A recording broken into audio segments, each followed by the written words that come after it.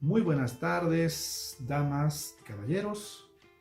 El día de hoy vamos a continuar con nuestra clase relacionada con las técnicas de comunicación verbal. Haciendo una recapitulación, habíamos manifestado que estas técnicas de comunicación verbal se clasifican en dos: las técnicas de comunicación no directivas y las técnicas de comunicación directivas. Habíamos señalado también la característica principal de las técnicas de comunicación no directivas, el cual obviamente tiene que ver con que el terapeuta se limite simplemente a escuchar, pero a escuchar atentamente aquello que va a narrar el paciente en una entrevista. Pero esta intervención, es decir, esta escucha del paciente, tampoco va a ser de una forma, qué sé yo, relacionada con un silencio absoluto, ¿sí? Con una inatención. Se debe actuar, ¿sí? Con algunas técnicas que van a promover esta comunicación. ¿Cuáles son estas técnicas? Habíamos señalado la técnica de la paráfrasis, la técnica de la clarificación, la técnica del reflejo, la técnica de la autorrevelación, entre otros. ¿Sí? Muy importante para que nosotros podamos actuar, en este caso, dentro de las técnicas no directivas. El día de hoy vamos a conocer las técnicas de comunicación directivas, conocidos también como las técnicas de comunicación de influencia. ¿Sí? Como dice el término, directivas. Aquí nosotros vamos a cumplir un papel muy importante. ¿Sí? Vamos a intervenir, ¿sí?, de forma verbal, en las que el mensaje está organizado en función del sistema de referencia del terapeuta y no así de acuerdo al sistema de referencia del paciente. Vale decir, nosotros vamos a tener que tener una gran habilidad para poder actuar. ¿Sí? Importante entonces potenciar, fortalecer, desarrollar esta habilidad para poder intervenir en ese proceso de la entrevista. Porque de lo contrario, podremos generar tal vez disgustos, ¿sí? Podremos hacer tal vez juicios de valor, los cuales nos van a causar dificultades con el paciente. Así pues, veamos entonces algunas técnicas directivas. En primer lugar, la técnica de la indagación. Como dice el término propiamente, indagar, ¿sí? Explorar, ¿cierto? Consiste en hacer preguntas que se refieren directamente a los problemas del paciente, ¿sí? Probablemente lo vamos a hacer después de una entrevista libre, cuando quedan algunas cosas sueltas, ¿sí? Pero también se puede utilizar para que podamos comprender mejor en la primera parte de una entrevista, cuando conocemos a un paciente. Su nombre completo, la edad, ¿sí?, su grado de instrucción, su profesión, su ocupación, dirección, número de teléfono. ¿Qué estamos haciendo con eso? Estamos indagando, estamos explorando, en este caso, los datos generales. Pero también, más adelante, como les decía, luego de concluir una entrevista libre, probablemente pueden quedar algunas cosas sueltas en la entrevista, en las cuales también podemos establecer algunas preguntas con el propósito de identificar un problema. No es tan complicado, es muy sencillo, ¿sí? Indagar, ¿no es cierto? Por ejemplo, ¿qué es lo que sucede cuando él llega en estado de ebriedad? ¿Qué estamos haciendo? Estamos indagando, ¿no?, respecto a algún comportamiento del esposo, en este caso, cuando llega en estado de ebriedad. Otro ejemplo, ¿cómo reaccionamos ante un insulto? ¿Sí? Estamos explorando. Otro ejemplo, ¿Cuándo fue la última vez que él le dijo que lo amaba? ¿Sí? El problema de pareja. ¿Dónde fueron a cenar por primera vez? Estamos indagando, explorando, ¿sí? Con el propósito de tener, obviamente, identificar un problema. Bien, veamos otra técnica. La confrontación consiste en una intervención verbal mediante el cual el terapeuta describe algunas discrepancias o distorsiones que aparecen en los mensajes y o conductas del paciente.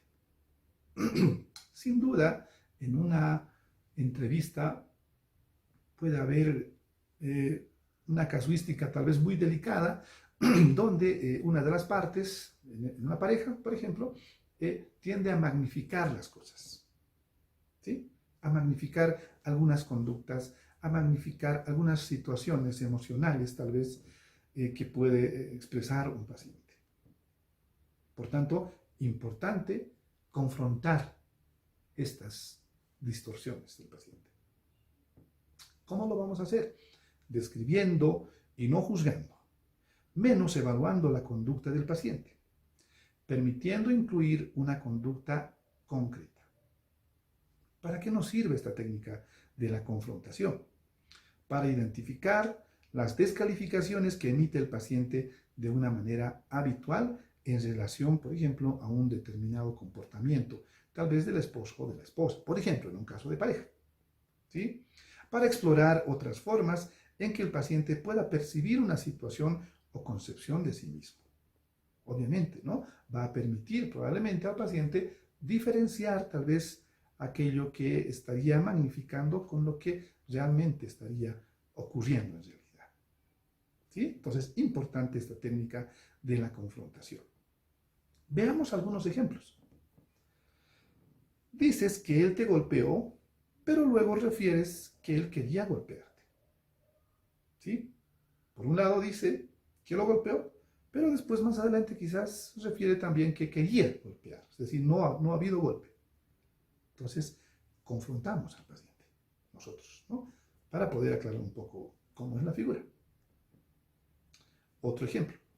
Acabas de manifestar que hace poco fuiste agredida físicamente, sin embargo, pareces estar tranquila.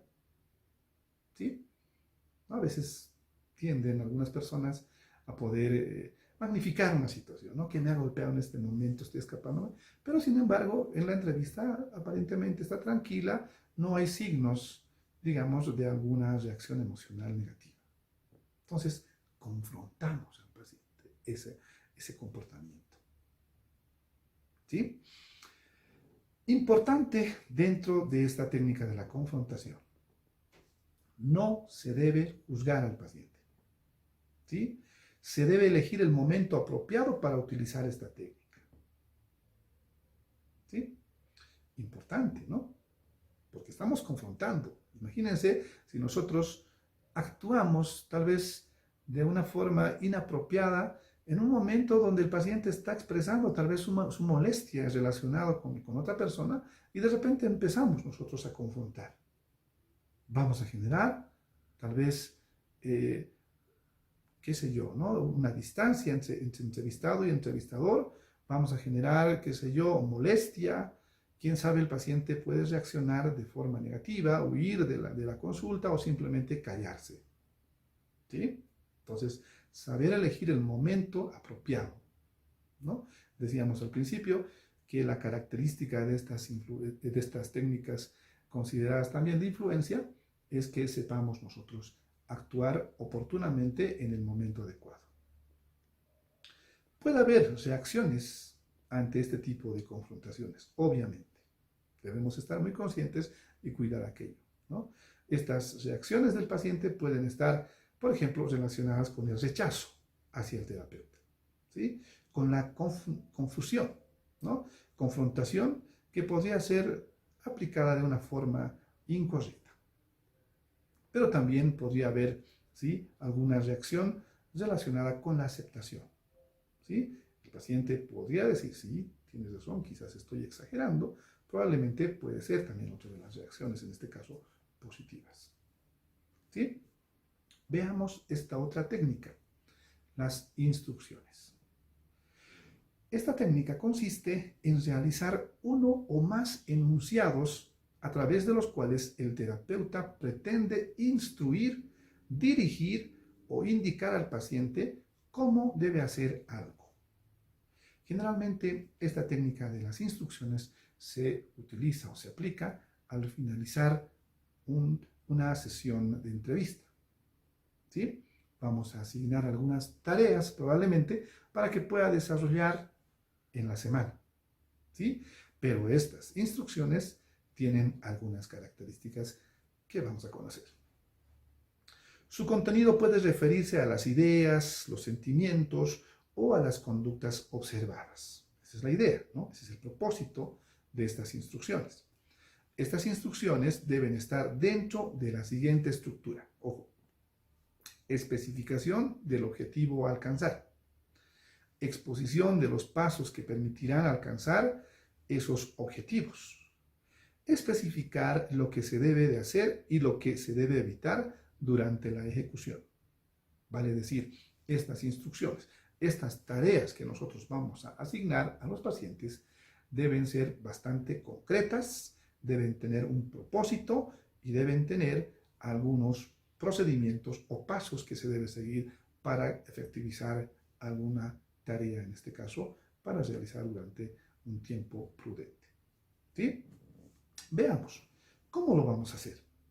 Reforzando las instrucciones como afirmaciones positivas, movimientos de cabeza, sonrisas, etcétera, ¿no? Que van a generar confianza y obviamente van a hacer que esto permita tal vez efectivizar de forma adecuada, rápida, ¿sí? Considerando siempre estos detalles para poder desarrollarlos como tareas que se les va a asignar.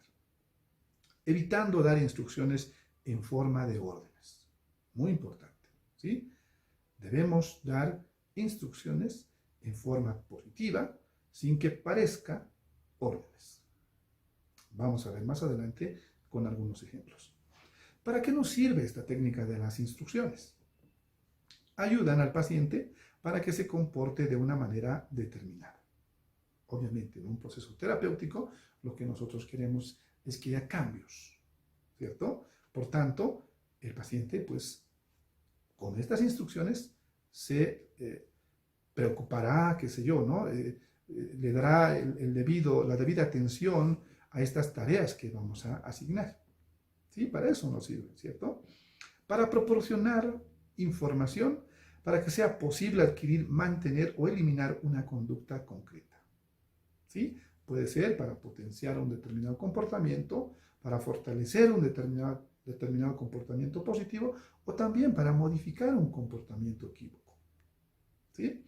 Veamos entonces algunos ejemplos. Me gustaría que a partir de hoy observes algunas reacciones positivas en tu pareja. Estamos utilizando el término me gustaría.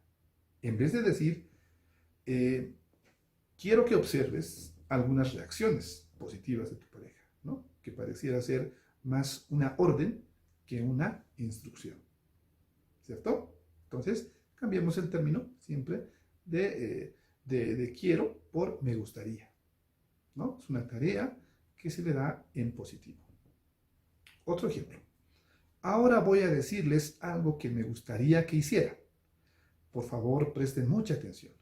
Sería importante que puedan salir juntos a darse un paseo con el fin de fortalecer la intimidad. ¿Sí? También estamos asignando una tarea, dando una instrucción, en este caso a la pareja, para que ellos puedan desarrollar estas actividades en relación a la intimidad, específicamente hablando de una pareja. ¿Sí? Finalmente, otro ejemplo, procure retroalimentar las conductas positivas. Si se dan cuenta, son instrucciones que generalmente se dan al finalizar una intervención. Por tanto, importante nuestra participación en estas técnicas de comunicación directivas. ¿Sí? Con esto entonces habríamos concluido este tema. Vamos a continuar más adelante todavía con otros temas a desarrollar. Un abrazo, buenas tardes.